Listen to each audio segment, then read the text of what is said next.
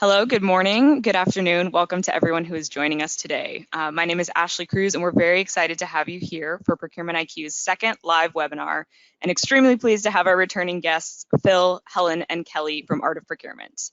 I'm excited to see a lot of familiar faces and names, I guess, joining us today. So I know we still have a couple people who will be trickling in. We'll give them another moment. In the meantime, just to kind of better set the stage for today, I wanted to let everyone know that this is the second webinar that Procurement IQ is doing. We are really excited about these. We got a great reception to the last one, and we are hoping to continue doing these on a quarterly basis. So if anybody has any feedback, comments, or ideas for future topics that they would like to potentially have us hopefully present on, please feel free to reach out to your Procurement IQ representative. We'd love to hear from you guys and love to hear how these are received on your end and for your organization. So I know that we did kind of run through our time last time when we did this in November. So without further ado, I'm going to go ahead and turn it over. We have Phil Ideson, Kelly Barner, and Helen Mackenzie today from Art of Procurement here to talk about inflation and tactics to help mitigate cost increases as a result of it. If you guys wouldn't mind each introducing yourself, a little bit about yourself and how you have come to the Art of Procurement and the resources that you guys provide today. Phil, I'll let you go ahead and kick it off.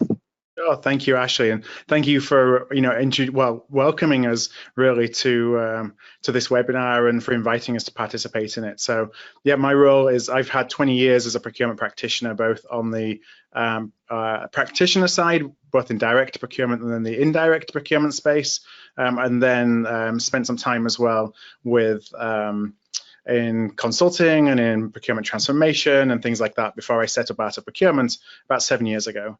So at Art of Procurement, we're all about helping folks in the procurement space think differently about the impact that they can have within their organizations. How can we really focus on the outcomes that our organization is trying to drive towards and what's procurement's role, probably going away from our traditional role and helping folks on that journey. So appreciate being here today, and thank you to everyone for joining us. Thanks so much, Phil. Kelly, I'll turn it over to you. Sure. Thank you, Ashley. And thank you, Ashley, to the whole Procurement IQ team and audience for having us back. I've been in procurement actually a similar amount of time, very similar roles to Phil's. I'm about a year behind, so one of these days I have to convince him to take a sabbatical so we can be tied on seniority. But I'm the head of content and brand partnerships at Art of Procurement. Completely agree that philosophy around procurement and the value that we can create is core to absolutely everything that we do. And I think you're probably going to see some of that come through in today's conversation.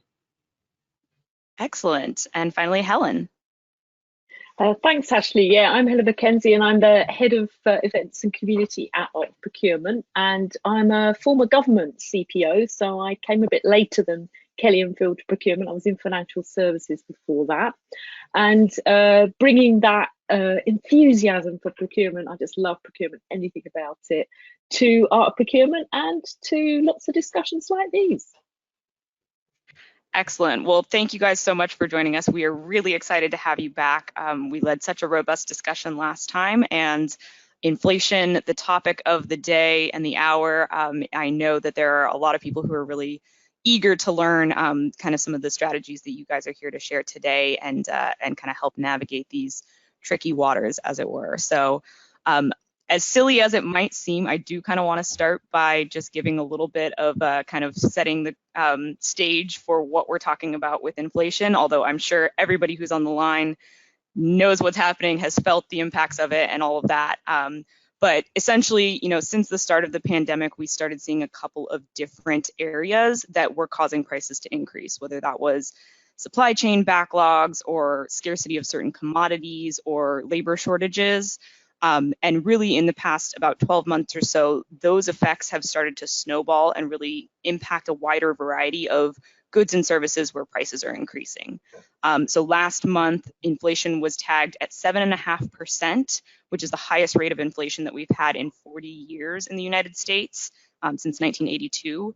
And, this hits the budgets of both consumers as well as businesses and reduces purchasing power kind of across the board when those impacts are felt and can't be mitigated appropriately.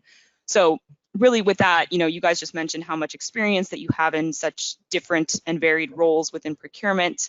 I think I wanted to start by asking the question, and I'll direct this one to you, Phil, to start. Does this feel different than other major market shifts that we've seen in the past for procurement? Or is this kind of just another storm for procurement to weather, if you will? Yeah, I think it's a great question. I think this feels different because it's so broad. Oftentimes you get inflationary periods that are very specific to a category or a subcategory. There's kind of micro conditions that support that, whether it's, in a particular country, whether it's some inputs that impact particular industries more than they impact others. And so it's pretty targeted. So you're kind of able to mitigate that across a portfolio of everything you buy, because some things are going to be going down and some things are going to be going up. So this really feels different, certainly from anything I've experienced, in terms of, inflation is hitting everything, and it's hitting everything. So at such it's not just 1-2%. It's pretty high percentages in terms of increases in input costs across the board. So it's definitely different, something different for procurement that I've seen. And it's interesting that it takes us back to our roots as procurement, because when you think about where did we come from, well, it's around mitigating cost increases, saving money, getting cost savings. So it's really interesting, like, how do we address this from a procurement perspective? Because we can go back to our old ways and try power dynamics, and then we're going to talk a little bit about some of the tactics. But how we actually step up in this moment is going to have a really big impact on how procurement is perceived going forward when some of these inflationary pressures have subsided. Yeah, I know you've talked before about how you hate the idea of power dynamics and using that as, a way forward for negotiation. So I'm really glad to hear that we're thinking about really helping to make sure everybody in procurement, everybody who's here today is educated on some of the alternatives that we can use in order to still achieve successful outcomes for our organizations. So that's definitely, I think, really good place to start, because we do have some tactics that we do want to share. So I think in terms of, one of the main questions that we are hearing from our clients and from buyers across the board right now is just that, how can you tell if an increase that a supplier is requesting is actually justified, or if they're maybe just trying to take advantage of the moment and this kind of global inflationary period that is, so commonly talked about across all of our networks. What are some of the ways that you can actually go about identifying, where the justification for an increase lies? Yeah, and that's something that, there's definitely folks out there who are being opportunistic versus those that have a genuine, need to, unfortunately, push a cost increase on you. And one of the things that we only prepared, I think, 1 or 2 slides for this entire discussion, but we did pre-prepare something because I think it's really important to share. So I'm not sure if you'd like to share the cost breakdown that we have, because the way I look at this is,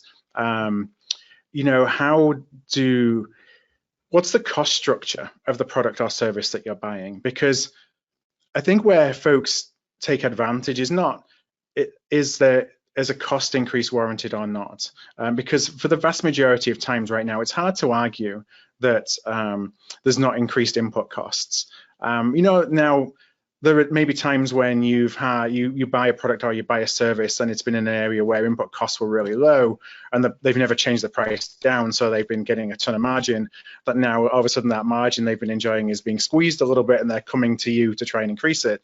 So there's definitely something around, like, how long have we had our existing pricing, and what's the market looked like before from an input cost perspective. But to really validate whether an increase is valid or not, I go to a cost structure, because that helps us understand, is this 5% cost increase that they're requesting really valid, or should it only be 2%, as an example? So when you look at a cost structure like this, and I chose National Trucking Services because I think it's really representative of the times that we're in right now, and a couple of cost drivers that are being impacted. You look at the cost structure of this product, or in this case of the service, you see 30% of the proportion of revenue for a trucking company they're paying out the door in wages, and 16.7% there in fuel, in gas. And those are the 2 big cost drivers for this category. So, we've had over the last 6 to 12 months a lot of inflation in terms of wages for truckers, certainly here in the US. that is certainly driving some increases. But if that increase is, a 10% increase in wages for truckers, then that should only really be represented in them coming back to you with 2-3% cost increase, not coming to you for a 10% increase, which is kind of what's been happening and beyond. And the same for fuel. Right now, with certainly what we're seeing in Ukraine and Russia, and increasing energy prices that are likely to come just to compound on pricing that is already going higher, you're going to have folks coming to you again and requesting cost increases. In this trucking example again, well, only 16% of the input costs is fuel. So even if there's a big spike in fuel costs, that shouldn't really be represented too much in the overall cost increases that are getting pushed on you. So this is just a really good place for you to start to kind of understand the validity of the cost increase versus someone's just trying to take advantage, anticipate that we don't have the information that can justify or not whether that increase is valid. And I would, as part of the request, I would ask to see some data in terms of their cost structures, because that's something that providers always are really hesitant to give to you, because they don't want you seeing kind of how the sausage is made. But when they're coming to you for a request, then that's a good point that, well, we can't really consider that unless you put data on the table. And then as they put data on the table, then you can start working backwards to see whether it's valid or not. I'm so glad you mentioned working backwards, because we actually did just kind of get a question in the chat here, which is, would a should cost analysis actually help procurement to better identify the true nature of that cost increase? What are your recommendations? Should cost analysis, cost walkthrough, a little bit of both? Yeah, I think for sure a should cost model is definitely helpful. I think it does depend a little bit on what you're buying, but the thing with a should cost model is use it to then put in front of your provider for them to dispute it and to poke holes in it, because a should cost model is really going to be ultimately contextualized for the provider, their location, lots of nuances about your scope or your statement of work. So it's hard to get it exactly right unless you've got professionals on your team. For example, you are in automotive and manufacturing and you have cost engineers who just, that's their job to be able to do it. If you don't have it, cost model is good to at least put on the table and then have somebody poke holes in it, because then that gets them to bring their data to the table so you can start to work from, a point of transparency. Kelly, anything else to kind of add? Any thoughts from you on that? I think the thing that's interesting about it, and it's funny because I'm sitting here and I'm thinking about the inflation rate and I'm looking at the 2022 profit figure. Amazing how those are almost the exact same number, right? And it's purely a coincidence. I mean, none of this stuff is felt literally one-to-one from something that's inflation-wise down to a specific provider, but it gives you a sense of scope. And so even when we start looking at should cost, there's always that piece that's a carve-out for overhead. There's a piece that's a carve-out for profits. And as we look at every single category, the profit's not always going to be the same, but it does give us a sense of the incentive that the provider has, or the providers in that category have, to try to really control very specific cost inputs versus just looking at the market and trying to figure out, well, everybody's stressed out and they know there's inflation, so what will our customers bear? So I think the more context you have around each of the numbers by category, and the more details you can get into with individual providers, it gives you a far more factual basis for having the conversation. Yeah, I know one of the strategies that we've heard of from a couple of our clients is sometimes providers are requesting increases tied to, let's say, increased wages, when in actuality, wages are increasing in general in the industry, but they're going out and hiring subcontractors instead in order to decrease their costs. And so without having those deeper conversations around a should cost model or the cost structure and the data that you are putting on the table, you're never going to uncover that unless the supplier is being transparent about it, which, if that's their end goal, they're probably not, right? Yeah.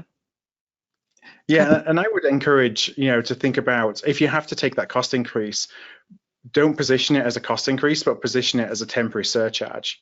So anything that you can do from a languaging perspective to suggest that we're not agreeing to this in perpetuity, until the end of the contract or whatever. That actually, I understand that market conditions have changed.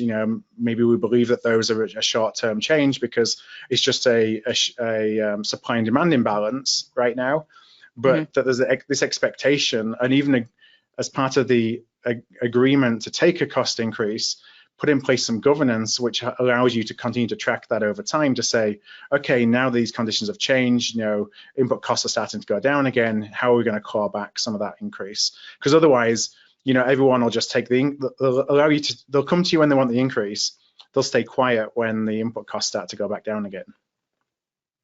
Yeah, and can I come in here, Phil, because I think that's something that certainly I've been experiencing my network recently around construction. So that's something here in the UK. There's been quite a lot of cost inflation around materials, and so the contracts and the arrangements that people are putting in place with their providers is more of an open book around that particular element of the cost, so that when the cost goes down again, the thing will ratchet down again. So it's a bit of transparency and a bit of open book around the particular element of the cost that the buyer and the supplier have agreed is the inflationary pressure. So there's that whole who's going to bear the risk around that's been agreed, but also that trigger to reduce back down is there as well in terms of a governance safeguard.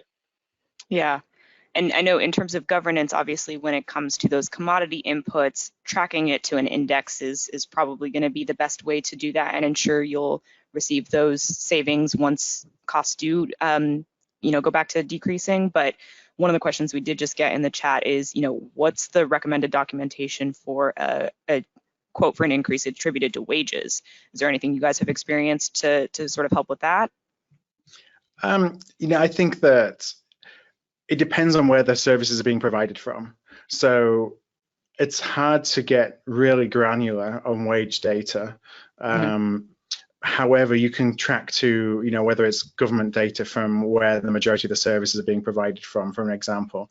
I know things like that are a relatively high level, but at least they give you something as a starting point for a conversation.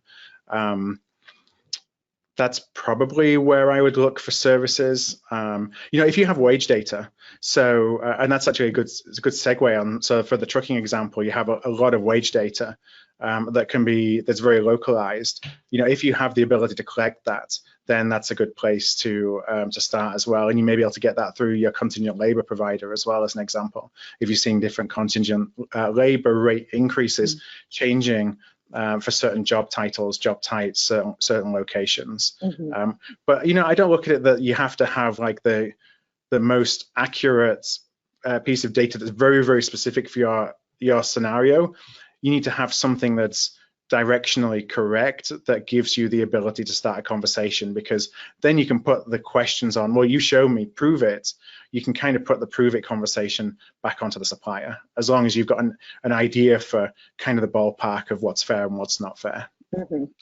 And also, if you've got a should cost model that's covering a range of geographies, we look at that map with all the different wage rates there, then there's that nuance. I've been involved in some examples where particular regions have got particular wage rates, and so then it's quite difficult to apply a model across a large area, if you're looking at that approach to try and work out what a reasonable price would be. Yep, absolutely. I know we've gone through a couple of those sort of strategies to help mitigate cost increase if you are, going to have them as part of this new contract or the new pricing or whatever. Are there any other strategies for that sort of mitigation you guys would recommend, as opposed to when you ultimately do have to accept an increase? Yeah, Kelly, I'll hold it over to you. I'm not sure if there's some things on. I don't want to kind of hog all the airtime here. I know as a group we've come up with a few different ideas. So was there anything on your mind, Kelly? I think to Helen's point about granularity, that always ends up being the challenge. And even to look at this data on a national basis can be a little bit deceiving, because we know that depending on the length of the route that you're looking at, specifically around our trucking example. Are they going from one wage area to another? Where is their home base versus where are the lines that they're actually working? It probably is going to be less about trying to break down and get all of these different shades reflected in your model, and more about trying to figure out, okay, there's something about metropolitan areas where we know that the rates are going to be higher. There's a way for handling people that do long haul, right, where they're based in one area, but their routes are typically kind of dissociated from where they're actually living in. It's definitely complicated, but it really does come down to that conversation and relationship with the provider. And in going through this process, you learn an awful lot about not only which suppliers are most cost effective and which are the willing to be the most transparent. You find out who wants to work with you to ultimately manage the things that are potentially beyond their control, whether those specific things should be beyond their control or not. It's a great point. Yeah, and I think like you have all been speaking quite a bit about just that, developing those relationships and those partnerships with your suppliers, right? You don't want it to necessarily be an us versus them kind of experience throughout the course of a relationship, because at the end of the day, when something like this happens, if you have that us versus them mentality, everybody loses, right? Yes. You definitely find out where your relationships are. That's when you think about things you can be doing to avoid situations like this. It is having strong relationships, because then there will be a discussion based on fact, as opposed to them trying to just take advantage of you, for sure. A little bit too late when you get to the point of a cost increase where that relationship isn't there, because then you're going into kind of mitigation effect, if you will. Yep. Yeah. And when you do absolutely have to accept that increase, knowing that the costs are associated with it, that are valid, right?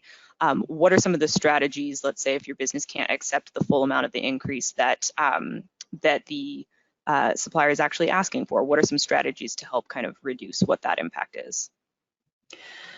Phil, you want me to jump in and maybe take a first pass on that one? Awesome. So, right out of the gate, Ashley, that's a big old no thank you, right? Signaling to the supplier, yep, I hear where you're coming from, but we don't just accept these things out of pocket. We need to do some research. I think from there, I would personally have two very critical conversations. One, internally, even though procurement is responsible for managing the supplier relationship and doing the analytics and even handling the discussion with the supplier, depending on the scale and the cost of the increase, that is a discussion that needs to happen as soon as possible with the business. And we shouldn't look at it as being the bearer of bad news or bringing a negative conversation. It's about understanding the bigger picture. How is this going to affect the business as a whole? This might be something that they've been anticipating, that this request would come through. And so letting them know that we're in that mode, we're now responding, is absolutely critical. I would also say, to some of the things we've discussed already, it comes down to having the conversation with the supplier. Don't just come to me and say, hey, times are hard, I have to increase your rates. That is not good enough for a mature, sophisticated procurement program to accept. And so it's about that granularity. Is it everywhere? Can you pinpoint certain reasons? And even provide third-party backup for the specific increases in time frame that you're asking for.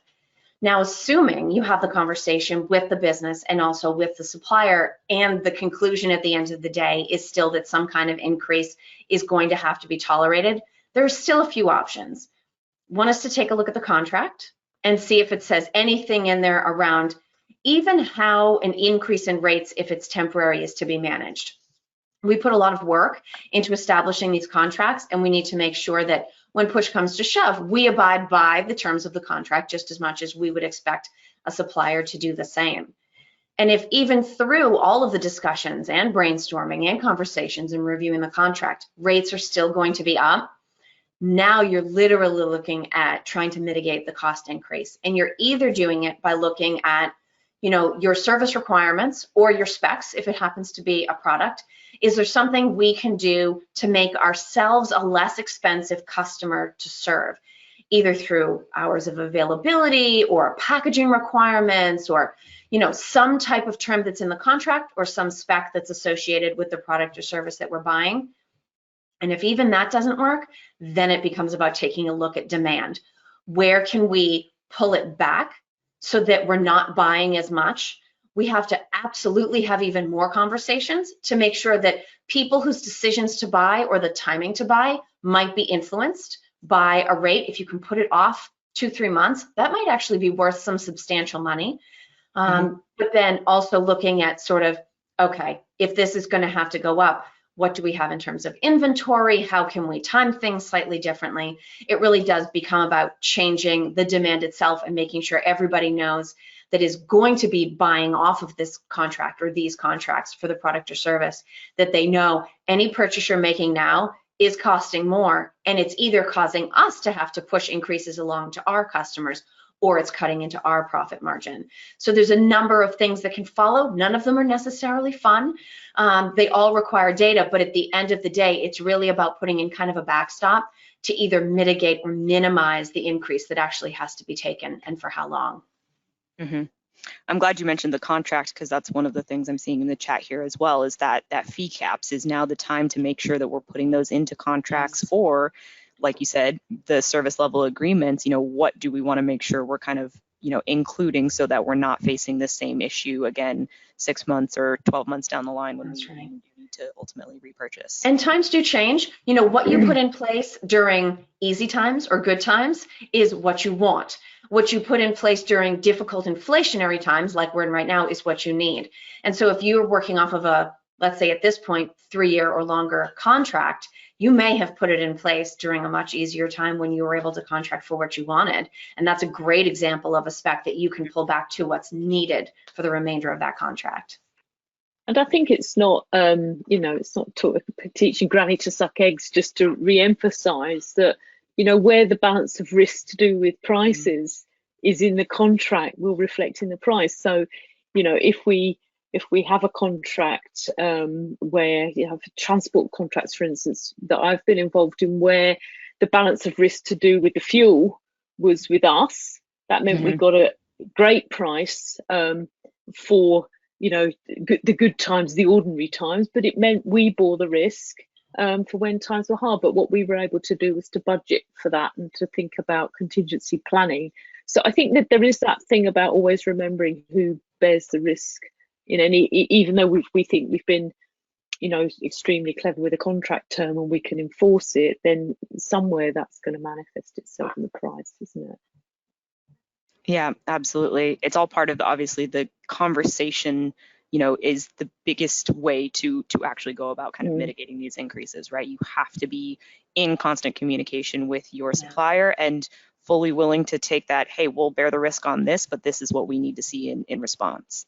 And I think, that is one of the kind of unspoken challenges of sort of, especially of inflationary price increases as well, but it's not just the toll that it takes on potentially relationships with the supplier, but also relationships with your internal customers and how you're serving your stakeholders. Kelly, you've talked a lot about just making sure that you have that open line of communication with those customers. What are some of the other things you guys would recommend in terms of making sure that your stakeholders are fully bought in when you are maybe forced into a difficult negotiation? I'll hop in for this one if you like, Kelly. I think one of the good things about this is there can be some quite positive outcomes from having to engage with your stakeholders in a bit more of a granular way over something like this, because they'll perhaps give you the time that they wouldn't have done to go a bit deeper into the category with you, to understand the cross structure with you, and you'll be able to do that briefing with them. So I think, the first step would be to arm them with the facts and just to prepare them and brief them well, particularly if they're going to come into a conversation with you with the supplier, and that can be a really beneficial thing. If they're coming in with you to talk to the supplier, I think one of the things we can do is rehearse and prepare so that they're not going into that conversation feeling that they've not got all the information that they need, not understanding what role they're going to play in that conversation. And that's something that I've done for a conversation with a elder care services provider, where we went in for quite a significant discussion with them about pricing and the cost model. was to just be absolutely clear who was doing what. I think the final benefit of having that conversation with the stakeholder is that, they're not tempted to, or if the supplier phones them, sort of goes round us to the person in the business that's buying, or vice versa. You can actually circumvent that. So, I've come across times where quite a senior person sort of lifts the phone to try and get the deal done, senior person to senior person, and it's not worked at all well in that scenario. So I think, again, engaging with the stakeholder in the business, just so everybody's understanding how that might not be the best strategy. I mean, you might agree it is, but generally speaking, it's probably not.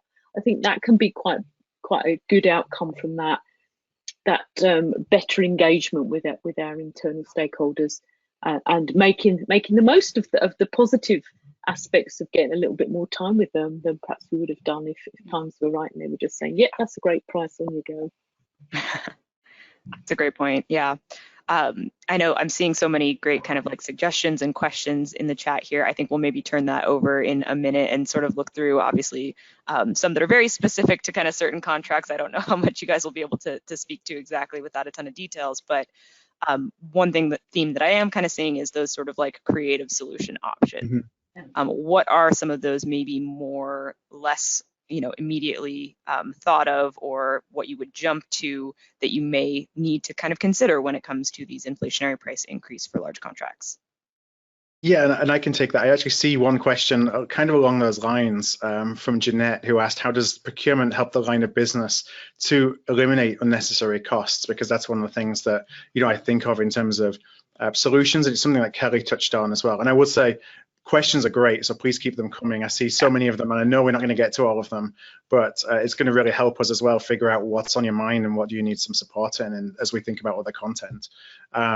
So specifically about creative ways, well, the first thing that really comes to mind, again, to build on something Kelly said, which is around reducing the cost to serve, is this idea of it's in the manufacturing space, it's called value analysis and value engineering, so VAVE. But you can really apply that in both services space and in the manufacturing space, which is truly take a look at your scope or your specification. You can price out, what are each one of the things that you have in your specification or your scope? What are they costing you? What input costs they align to? And where are we asking for too much? Or where are the inefficiencies that we can take out? Because even though you may not be able to get away from the fact that cost is increasing, if you can reduce the scope of work or the specification, or again look for ways that there are fewer handoffs, or bring in new technology, or whatever it is, you can still look at reducing total cost.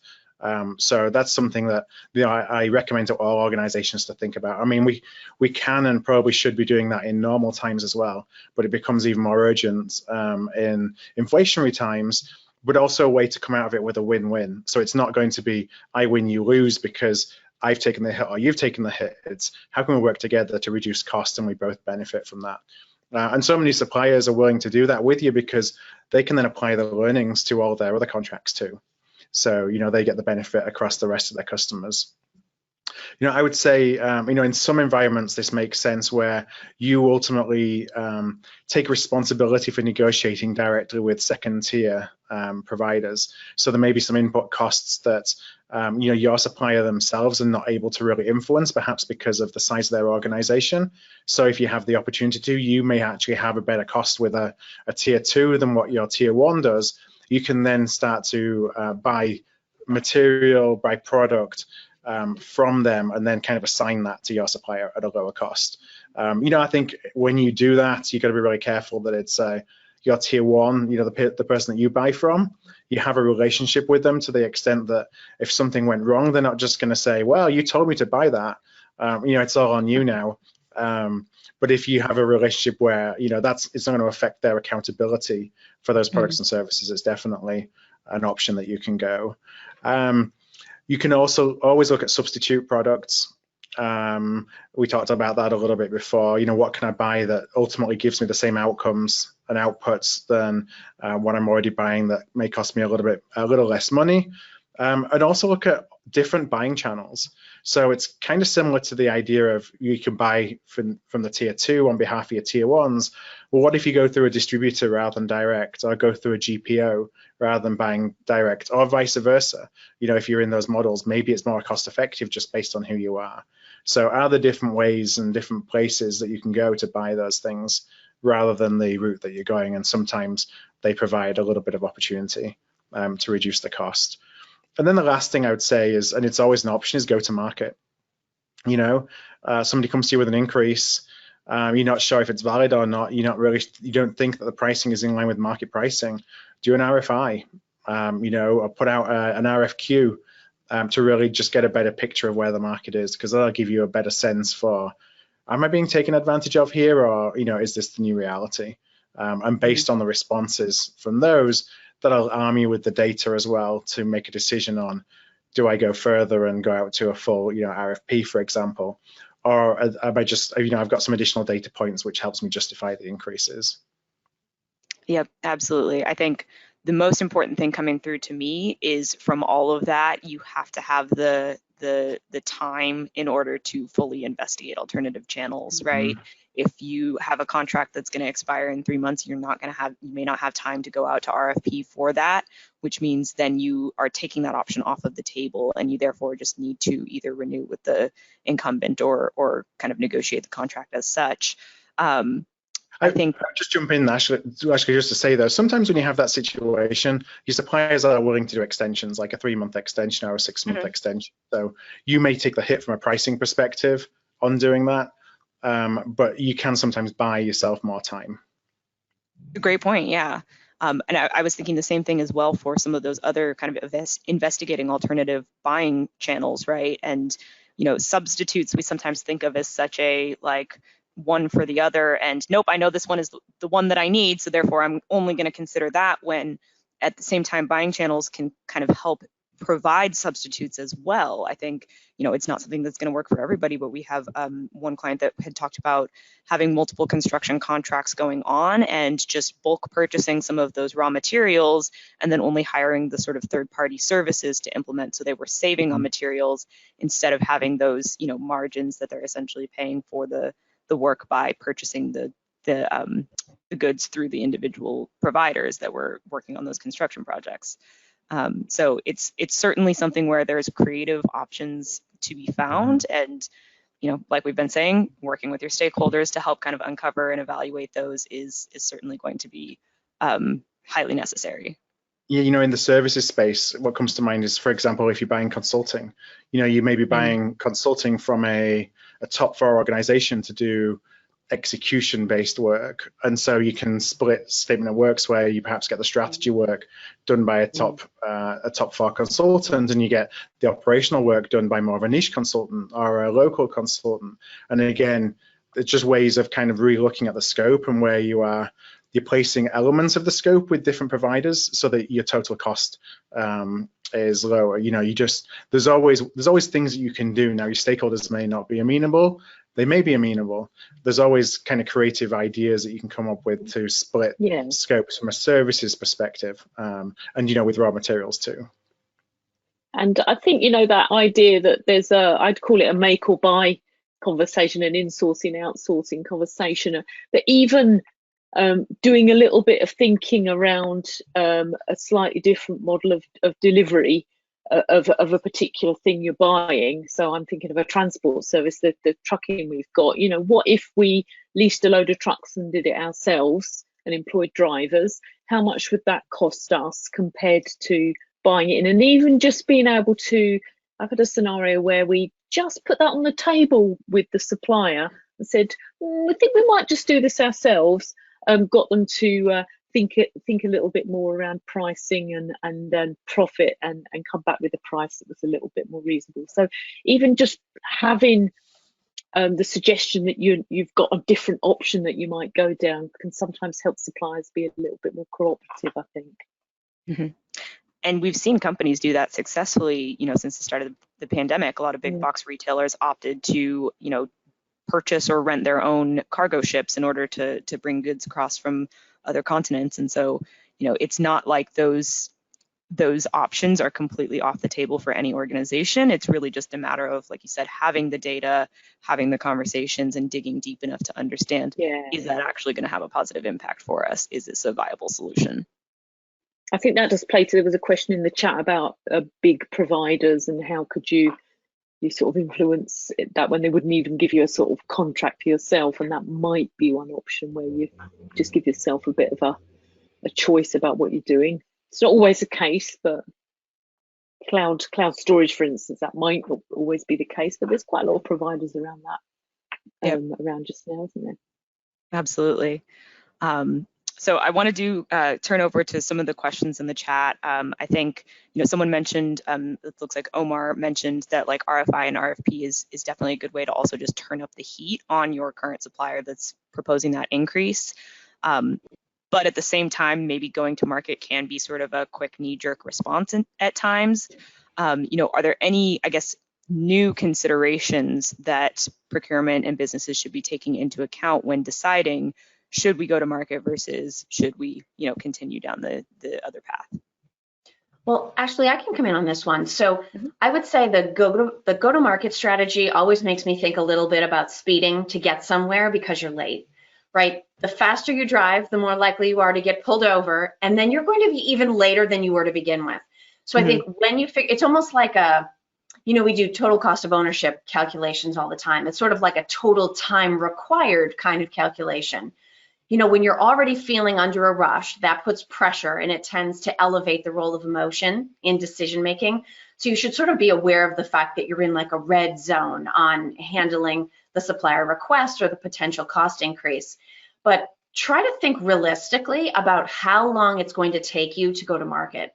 So if you have some kind of spot buy or quick bid marketplace that's already set up that you can access, that's great. Go ahead and sort of throw out a test shot and see what kind of information you require back.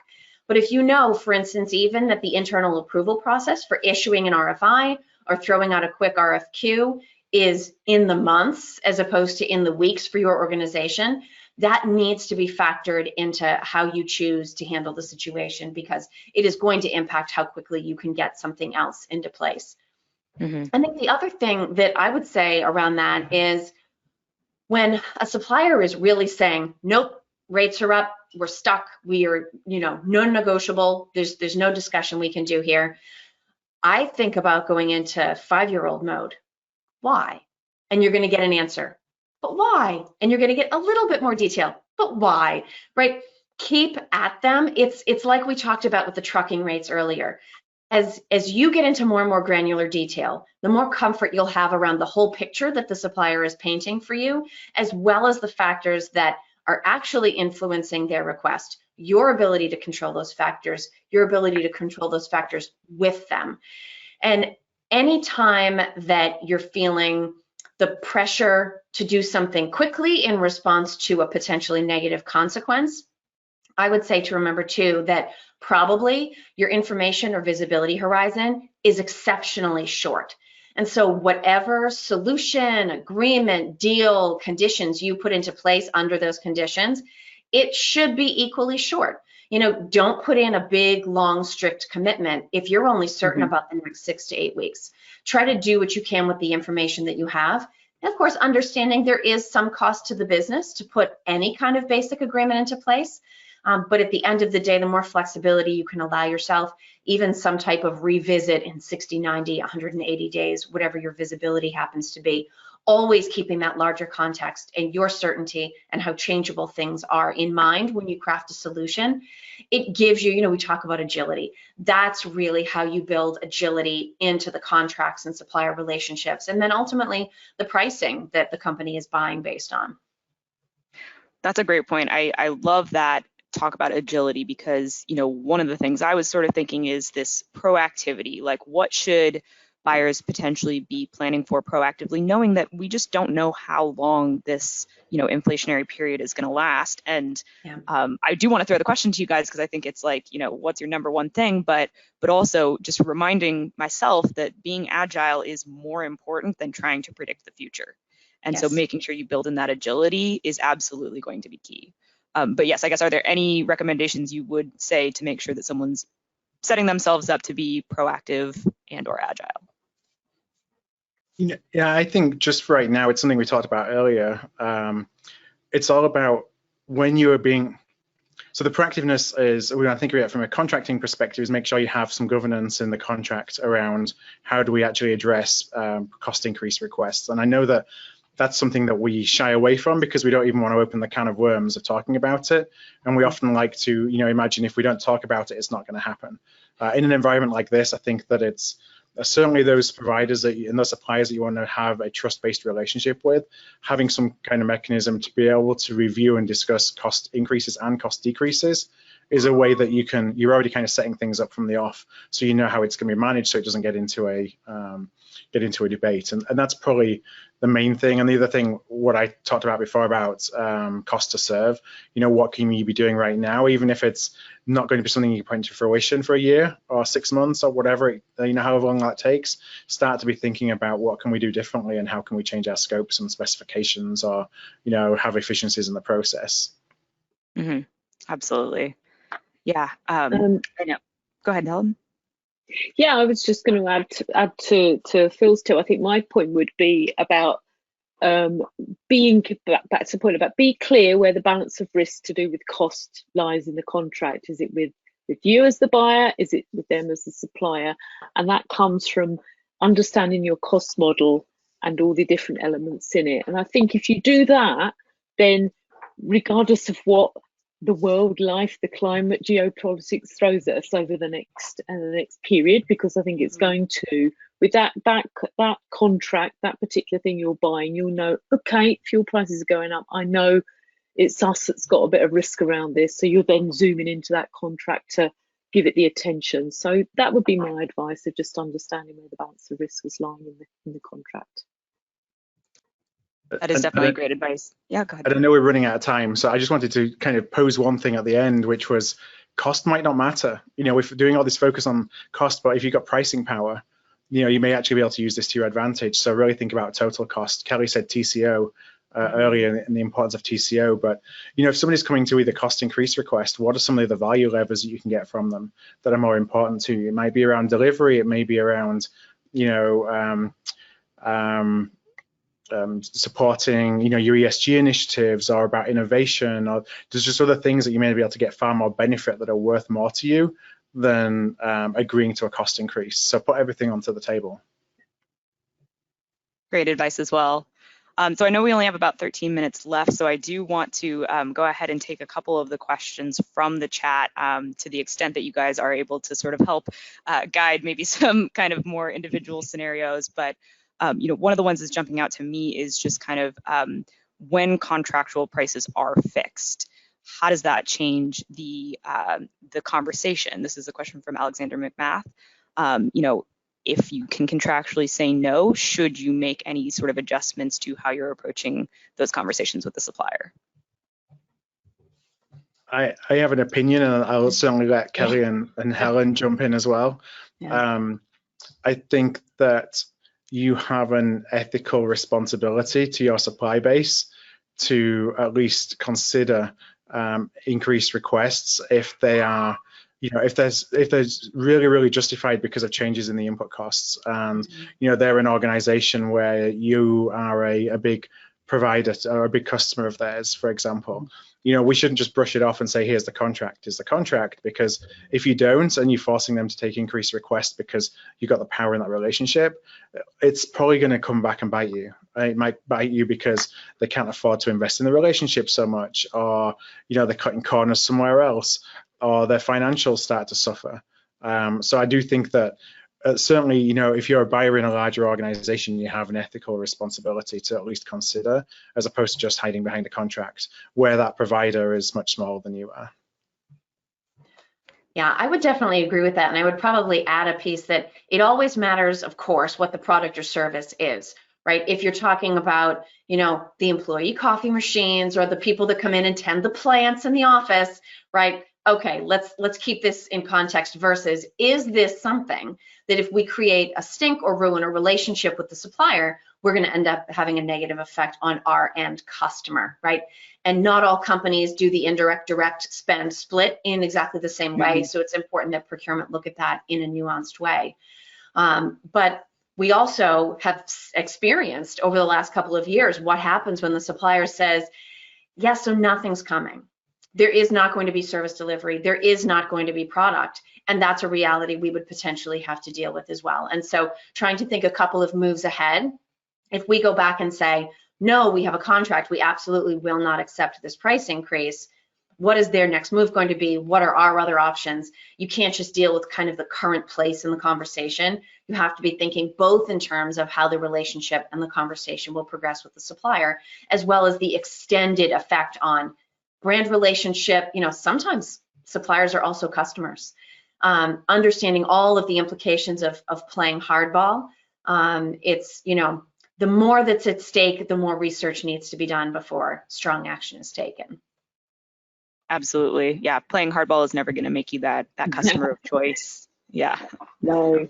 And I think Phil's point is well made about the percentage of a supplier's revenue that your purchase constitutes. You know, if it's, I don't know, if it's Walmart you're buying off and, you know, then perhaps you have the ability to push back, then perhaps you would, because they're a huge, great big organization and your percentage of their revenue is small. But if it is somebody where you've got, say, 75% of their revenue comes from you, then that is the time to have that conversation. And, you know, things like open book become quite interesting then, about agreeing a profit and overhead percentage and things like that, where you can make sure that there's reasonableness to it as well, back to all the things we've talked about before. Absolutely. Yeah. Another interesting question is, you know, what should you do if a supplier doesn't want to be transparent regarding providing some of those insights into their costs? This is actually coming from Embry Davis, who's one of our sales associates. I think that's Kelly's no one, then, isn't it, Kelly? Do you think you're putting the foot down? No, thank you, Helen. We start with no, thank you. No, thank you. I think for me, and it's a great question, Embry, I think it comes down to, why do they not want to be transparent? You know, are they in financial difficulty? Do they have lousy internal data? Sure, nobody on the webinar today or listening later on can relate to that. You know, is there a lack of internal transparency such that if we go back to them and say, hey, you know, give me the details here, and they can't provide it, maybe they don't have it. And they're saying, well, we'd be better off saying, no, we're going to be tough and not give you this information, than admit, you know what, our internal data situation is a catastrophe. We don't even know who we're buying this stuff from. So I think it's about figuring out where the cause lies, figuring out how much leverage they have over what it is. But truthfully, if you've been in procurement for a while, you start to get a sense for these things. If the supplier is just simply saying no because they think you can weather you out and continue saying no, I mean, that's the exact opposite of what we were talking about with hardball not making you a customer of choice. Guess what? Prepare to be replaced next time around. As soon as I can either move my volume away from you, if I have multiple suppliers in that category, or replace you with somebody else that will be more cooperative and transparent, just expect that that's going to happen. And it's unfortunate, right? That is going to happen in some cases, but that's business. So I think, Embry, it really comes down to, why is the supplier being so difficult? And is there a way to partner through that and resolve it? Or do they simply need to be replaced as soon as you can do it without being disruptive? Great answer. Thank you guys so much for chiming in on that one, because I think it is probably something that more of us are experiencing than maybe, you know, comes to mind immediately. Let's see. I think anything else that you all would like to chime in based on any of the conversation we've had so far? Yeah, I see a question. Let me see, scroll back here from Josh. And Josh says, we've seen price increases that impact every item on a supplier's catalog, but that catalog might have up to 200,000 SKUs or SKUs. You know, what are the best practices when breaking this down and formulating the right questions to ask? You know, when you have something that's that big and you've got so many line items, I think about just doing a market basket. So, you know, you're kind of picking the products within that catalog that are making up, whether it's 80% of your spend or 70, or, you know, it just depends on kind of what the the makeup of what you're buying from that catalog is, and really just focusing on those and using those cost increases as a representative of the entire catalog. So, you know, if you can dig deeper into some of those that are your highest use, at least it gives you representative numbers, which you can then apply to everything else. And, you know, that's generally the approach I see when you've got, you know, when you haven't got all the time in the world, you've got a cost increase request that's come in, and you're really wanting to at least use some data to support a conversation with the supplier. Yeah, or alternatively, you might want to pick items where you've got some data to go on. So I'm thinking of all the reports that yourselves produce, Ashley, at Procurement IQ. So if you've got all these SKUs, but you know that there's you know, 40 of them that you've got some reports that you can use, then again, that might not be as representative as Phil's basket, but at least you've got some data there that you can use to start a conversation.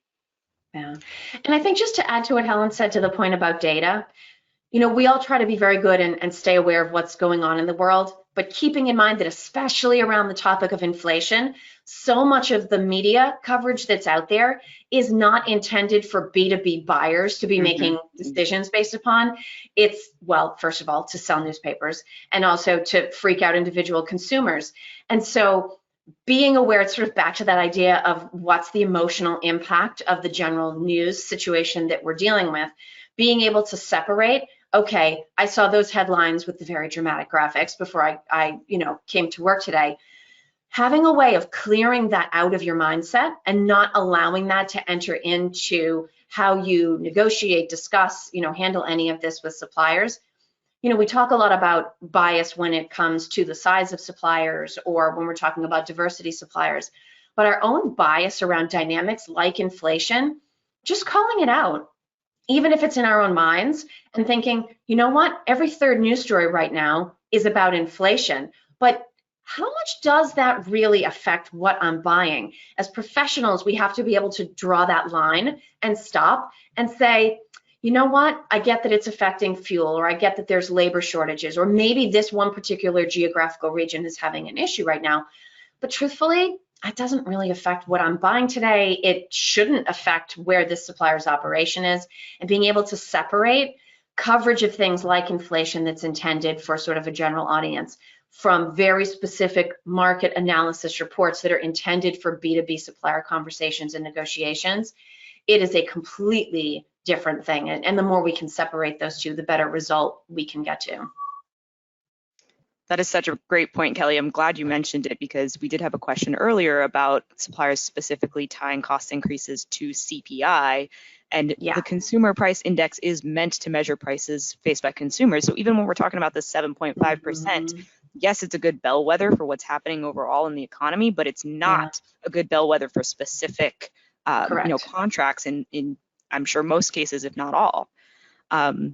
But yeah, I think we've gotten so many great questions, and we're really sorry that we didn't get a chance to answer all of them. I think we'll try and reach out individually as well to make sure that you guys do have answers. One question that we did get, do you have an upcoming webinar event for contract negotiations? I see that we've responded. We'll take that into consideration for next webinar topics. But I did want to throw it back to you guys. Is there anything that you would like to share with our audience about where they can find more resources, the types of resources that Art of Procurement offers, and you know, how they can help to learn more about how to do their jobs better? Absolutely, and thank you again, Ashley, for hosting us today, and thank you to everybody for joining us. We really appreciate you coming and being a part of the webinar and asking all the wonderful questions that you have asked, that unfortunately we didn't have the opportunity to get to all of them. You know, I would say it's really easy. You know, folks can find us at artofprocurement.com. That's artofprocurement.com. Going there, you'll find we have articles, we have podcasts, we have, I think, 500 plus podcasts right now, and you know, recordings of webinars and lots of kind of teachings and lessons learned around procurement and all kinds of topics, you know, including expense management and fighting inflation. So you know, anyone is more than welcome to go there We have a lot of information sorted in by lots of different topics if there's something that's specifically on your mind. And there's actually, so when you go to the site, there's, I had this on my mind as we're talking today, there's a little pop-up that comes up that actually guides you to an expense management cheat sheet. And that talks about some of the things that we talked about today. If you kind of want all these ideas in one place as you start to think about how you can apply them to your category. So you should see that if you go to the website. We have a digital event as well that's coming up in a couple of weeks' time. So the details of that is on the website as well, called Digital Outcomes.